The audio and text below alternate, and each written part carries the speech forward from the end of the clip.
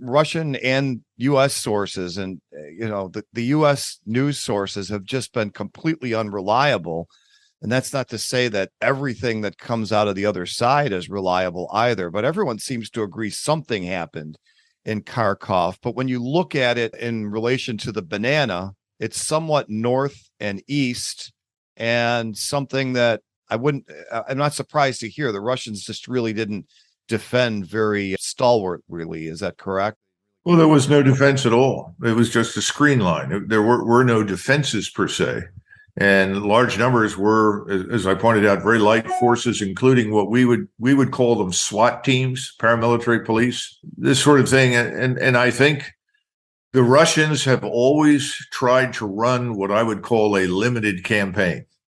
In other words, minimize the numbers of forces that you need and use them, but use them carefully, and minimize the casualties that you would otherwise take by avoiding direct frontal assaults, maneuver, and maximize the use of firepower. And that's what's been going on for the last 6+ months. So I think people are confused because they say, well, look, why did they just let that go? Well, first of all, none of the territory that I talked about before that has 95% of Ukraine's mineral resources, oil, gas, agricultural output, and so forth, none of that is in the vicinity of Kharkov. The reason the Russians will eventually regain control of Kharkov is very simple. Historically, it's a Russian city, not a Ukrainian city, a Russian-speaking city. It always was. The same thing is true for Odessa. Odessa is a Russian city. It was a Russian-speaking city. It always was. Historic Ukraine is much further north and borders on the Dnieper River Valley and a little bit to the east of the Dnieper in the north, up where Kiev is. That's historic Ukraine.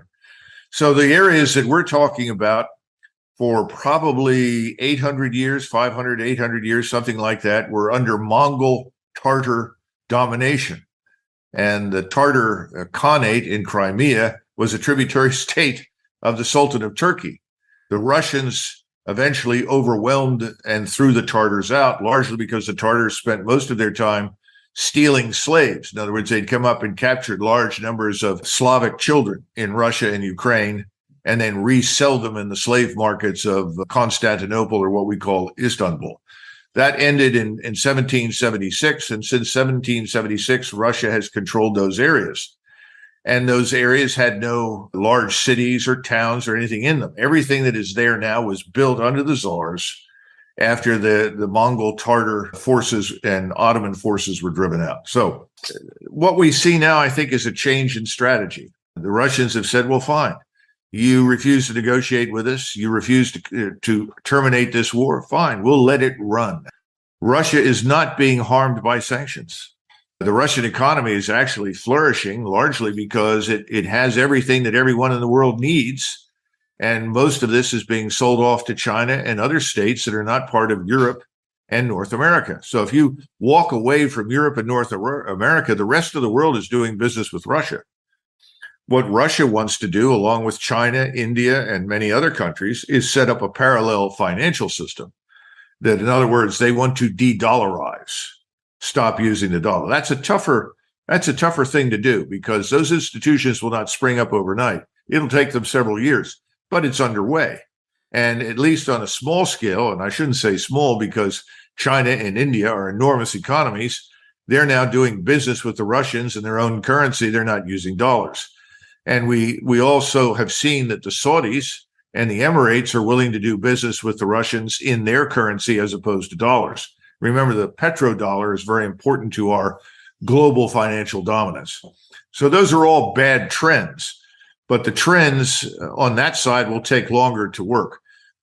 Right now in Europe, the situation is very grim. I don't know how much Americans are hearing about what's going on in Germany and France and in the Czech Republic and various countries in Europe, but they've had demonstrations involving hundreds of thousands of people all over the continent demanding an end to support for Ukraine in this war. And we haven't even gotten into the winter yet. And we just had our first snowfall in southern Poland. and people are anticipating a cold winter. There are individuals in the West saying, "Oh, well, that's all right. We'll get our energy from Africa." Well, good luck with that. I don't think you're going to see the energy that Russia provides supplanted by very much energy from the Middle East or Africa anytime soon. So I think we're in for an extremely rough winter. The Germans have already instructed police to prepare plans to deal with unrest over the winter. You have people that are rationing not only energy, they're also going into stores with empty shelves because they're dependent on everything from cooking oil to wheat and other things that come from Russia and White Russia. And those countries aren't shipping anything to the West. So I think the Russians can afford to wait right now and take things very slowly as things worsen in Europe. And in the meantime, I think their strategy is to invite the Ukrainian forces, what are left of them, to impale themselves on Russian defenses of the territory that they control. So they are literally bleeding Ukraine white. And this is a kind of interesting development because that's to some extent what happened during World War II. In the last year and a half to 2 years of World War II, Hitler kept insisting on holding every inch of ground. And then he insisted on counterattacking to retake every lost inch of ground. And the combination essentially destroyed the German armed forces, destroyed them logistically, destroyed their manpower. That's effectively what's happened with Ukraine. So I think the Russians can wait. And by the time they move on Odessa, I don't think there's going to be a great deal of resistance to them on the ground because most of the Ukrainian forces will be destroyed. They'll take Odessa. That turns the rump Ukraine into a landlocked country. And then eventually they'll turn their attention back north again and recapture Kharkov. And as far as the Russians are concerned, that's all they're interested in. Meanwhile, we keep trying to convince everybody that the Russians, who have relatively small ground forces, are interested in attacking the rest of Europe and reconquering Lithuania, Latvia, Estonia. It's all nonsense. There's no interest in that at all. If you mentioned that when the Russians believed that there might be a negotiated settlement, would they have been willing to give up any of the territory they had already taken in that settlement, in your opinion? Yes, I think so. They hadn't lost very many people at that point.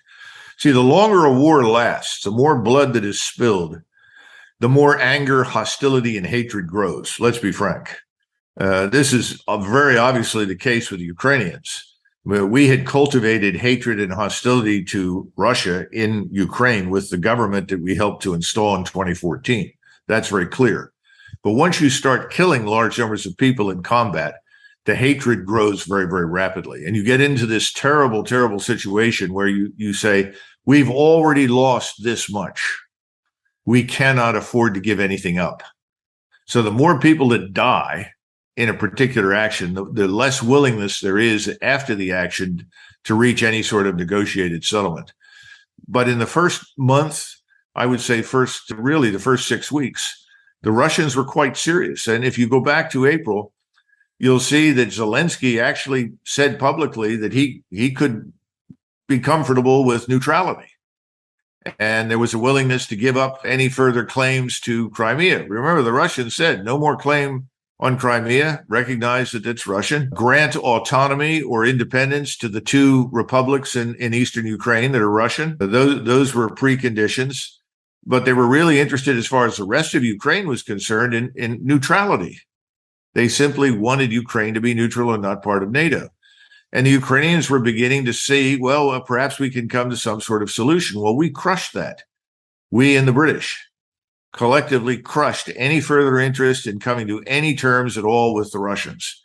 And if you listen to Biden and his public statements, if you listen to Lloyd Austin, if you listen to Tony Blinken, everyone has essentially taken the position that either you, Russia, unconditionally capitulate to our demands or the war goes on.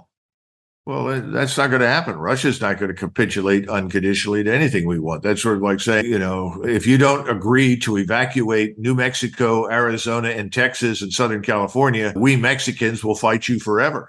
Well, go ahead. We're not capitulating and giving up New Mexico, Arizona, Texas, and Southern California.